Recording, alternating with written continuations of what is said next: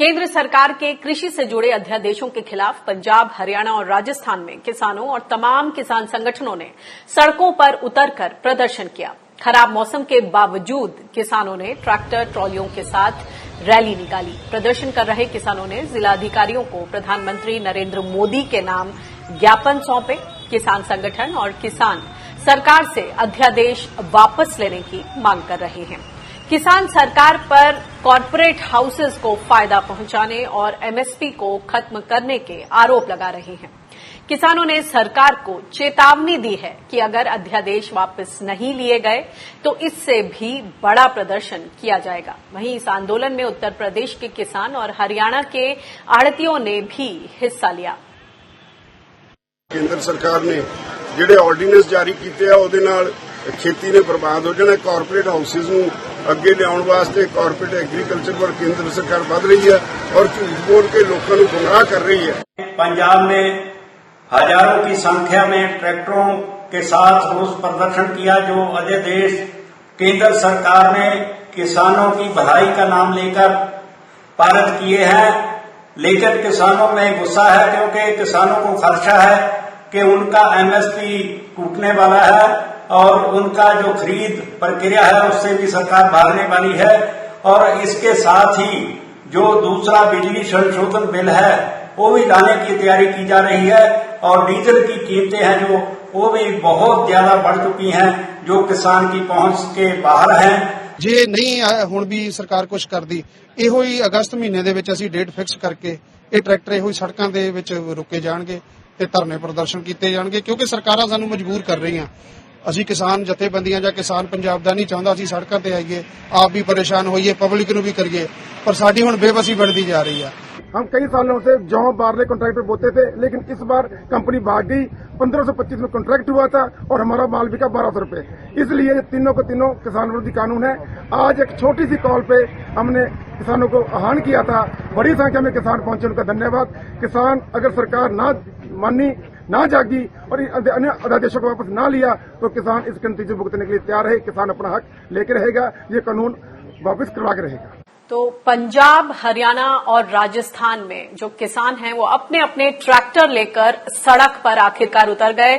Ultimately जो केंद्र सरकार की तरफ से जो 3 अध्यादेश हैं उनका खुलकर विरोध कर रहे हैं। ऐसा लग रहा है कि आर पार की लड़ाई के मूड में किसान। इस पर और ज्यादा जानकारी लेते हैं, हमारे साथ कृषि विशेषज्ञ देवेंद्र शर्मा जी जुड़ गए हैं। देवेंद्र जी, स्वागत है आपका किसान बुलेटिन में। पंजाब, हरियाणा और राजस्थान के किसानों की अगर बात की जाए तो बड़ा दिन ट्रैक्टर ट्रॉली लेकर रैली निकाल रहे हैं।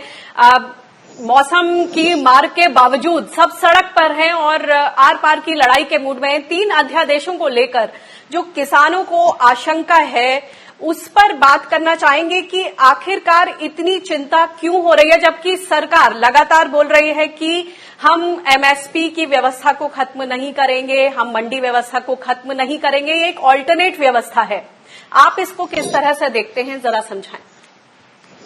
पहली बात तो यह है कि आज जिस तरीके का प्रदर्शन पंजाब, हरियाणा और राजस्थान में किसानों ने किया है उससे एक बात तो बहुत स्पष्ट है कि ये जो अध्यादेश है इनका जो इम्प्लीमेंटेशन होगा उसमें बहुत साल तक या बहुत देर तक हमें किसानों का विरोध उसमें नजर आएगा। और अगर सरकार को ये मैसेज जाता है कि किसान इससे खुश नहीं है तो मुझे लगता है कि सबसे अच्छा कदम तो ये होना चाहिए कि किसानों को इन्वॉल्व करके ये देखा जाए कि इसमें क्या हम ऐसे कदम ले सकते हैं कि जिसके करके अध्यादेशों का जो नुकसान किसानों को ना भुगतना पड़े। वो इसलिए क्योंकि किसानों का सोच है और मेरा ये मानना है कि ये जो अध्यादेश है बेसिकली ये कॉर्पोरेट एग्रीकल्चर की तरफ हमें लेके जा रहे हैं। और अगर हम कल परसों जो गाइडलाइंस इश्यू हुए हैं एफपीओज के लिए, फूड जो प्रोड्यूसर कंपनीज है उनके लिए, उनको भी अगर देखते हैं और बाकी जितने भी इकोसिस्टम में जितने भी चेंजेस आ रहे हैं पिछले 4-5 सालों से, तो उससे स्पष्ट है कि जो सरकार का जो मंतव्य है वो ये है बेसिकली कि जब हम कहते हैं कि 1 कंट्री 2 मार्केट सिस्टम जो एक्चुअली में अडॉप्ट किया जा रहा है उसका मतलब ये हुआ कि एपीएमसी जो मंडियां हैं वो आस्ते आस्ते वो रिडंडेंट होती जाएंगी। इसलिए मैं कह रहा हूं क्योंकि अगर देखिए पंजाब की मैं अगर छोटा सा उदाहरण दूं तो अगर गेहूं एक कंपनी या एक ट्रेडर जो है वो आईपीएमसी में खरीदना चाहता है तो उसको एमएसपी के अलावा 6% टैक्स भी देना पड़ेगा। जबकि अगर वही गेहूं को मंडी के बाहर खरीदना चाहता है तो उसको एमएसपी तो देने में खुशी होगी क्योंकि उसको 6% टैक्स से नहीं देना पड़ता है। इसका मतलब ये साफ हो गया कि जो ट्रेडर्स का जो रुझान होगा वो ऑब्वियसली मंडी के बाहर होगा, तो ग्रेजुअली जो मंडी है वो आस्ते आस्ते खत्म होती जाएंगी और उसमें सरकार का जो बर्डन है एमएसपी देने का वो भी खत्म होता जाएगा। और वो अभी आप देखें कितने सारे प्रावधान आ रहे हैं जो कह रहे हैं कि हम जो ओपन एंडेड प्रोक्योरमेंट से बाहर निकले।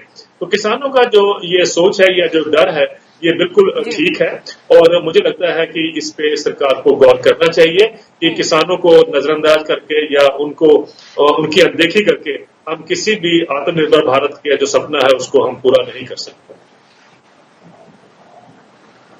जी, एक और बात बताएं कि आपने इस बात को सामने रखा है कि अगर सरकार वाकई इन 3 अध्यादेशों को लाने के बारे में संजीदा है तो फिर एक 4th ऑर्डिनेंस आए, एक 4था अध्यादेश आए जिसमें कि एमएसपी की सुनिश्चितता हो।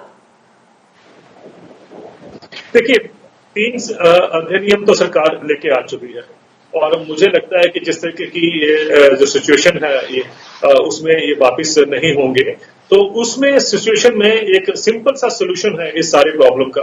अभी मैं एक चीफ मिनिस्टर साहब की एक स्टेटमेंट पढ़ रहा था, उन्होंने कहा है कि देखिए एमएसपी के ऊपर ही बाहर जो बाजार में जो खरीद होगी और एमएसपी जब खरीद नहीं होगी तो एपीएमसी मंडी के अंदर एमएसपी की खरीद होगी। अगर ये सिचुएशन है और ये खट्टर साहब ने अभी कहा है हाल में, तो अगर ये सिचुएशन है तो मेरा ये मानना है कि फिर क्यों नहीं हम एक प्रावधान लेके आते हैं, एक 4th ऑर्डिनेंस लेके आते हैं जो ये अश्योर कर दे कि एमएसपी जो है वो किसानों की लीगल अधिकार कह लीजिए या लीगल राइट जो है किसानों की होगी।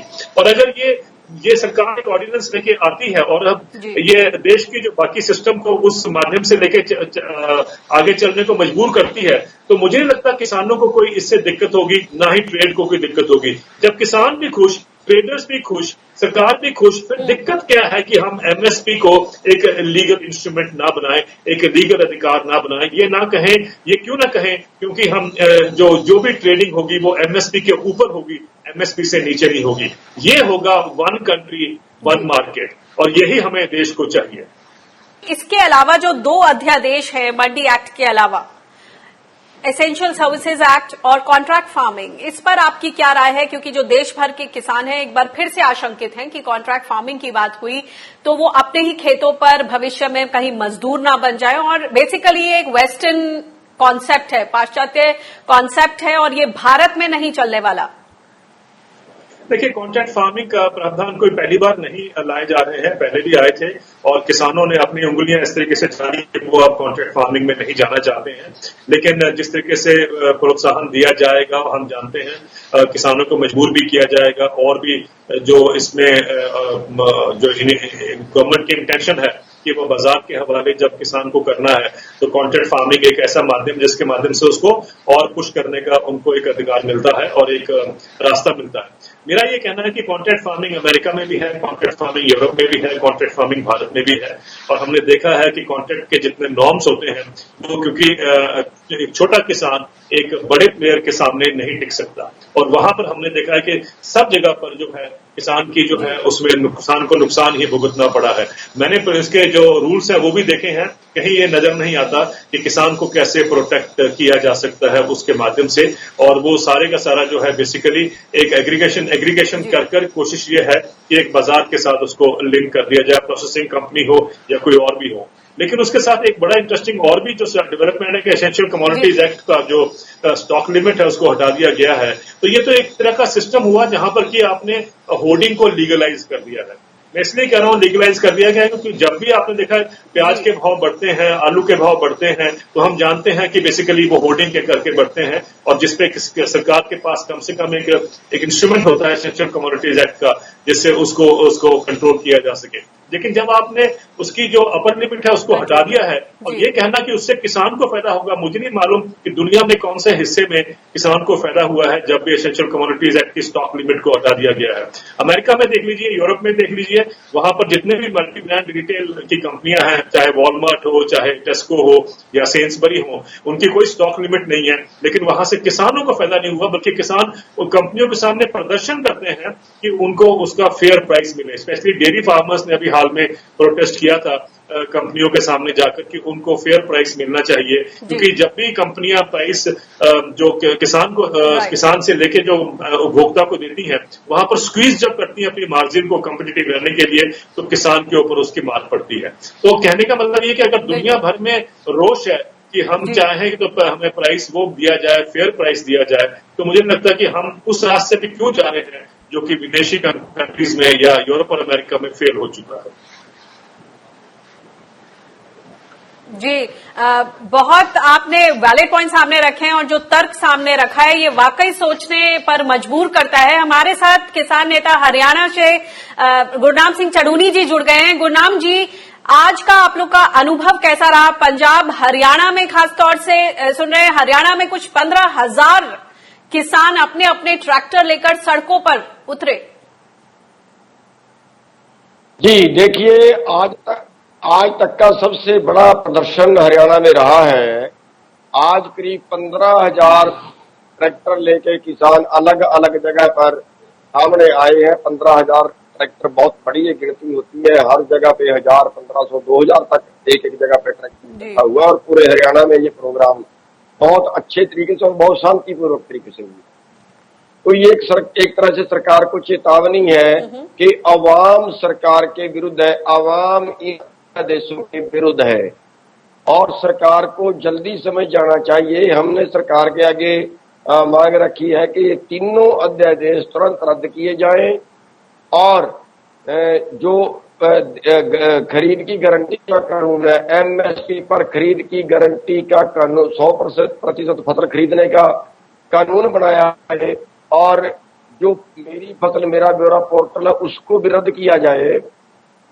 अगर हिंदुस्तान के किसान की, अगर हरियाणा के किसान की पूरी फसल सरकार खरीदने को तैयार है तो फिर ये अड़ंगे क्यों लगा रहे हैं?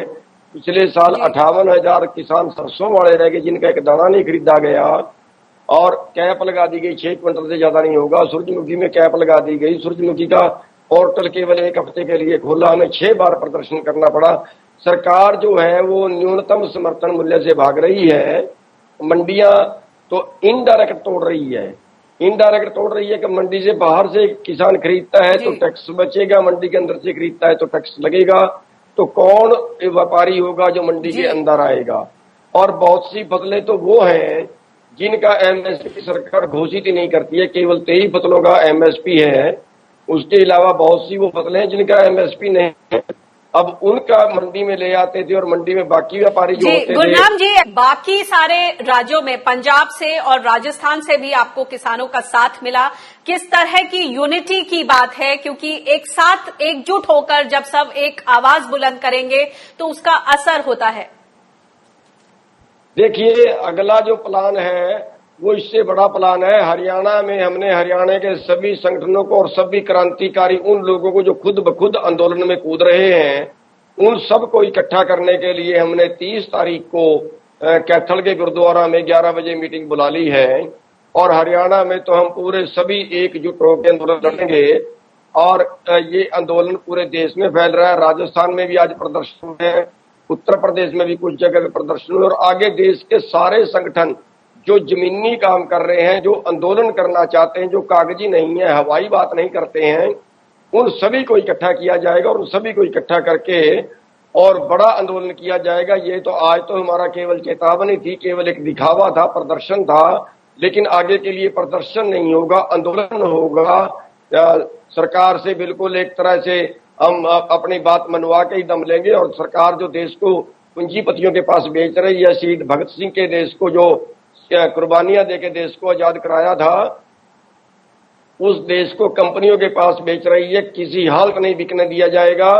जो व्यवस्था खड़ी कर रहे हैं ये खड़ी कर रहे हैं। इससे ना आड़ती बचेगा, ना मंडी में काम करने वाले बाकी लोग बचेंगे, ना किसान बचेगा, ना छोटे व्यापारी बचेगा। जी, बहुत बहुत शुक्रिया गुरनाम जी, देवेंद्र जी, इसमें जानकारी देने के लिए और हमसे जुड़ने के लिए।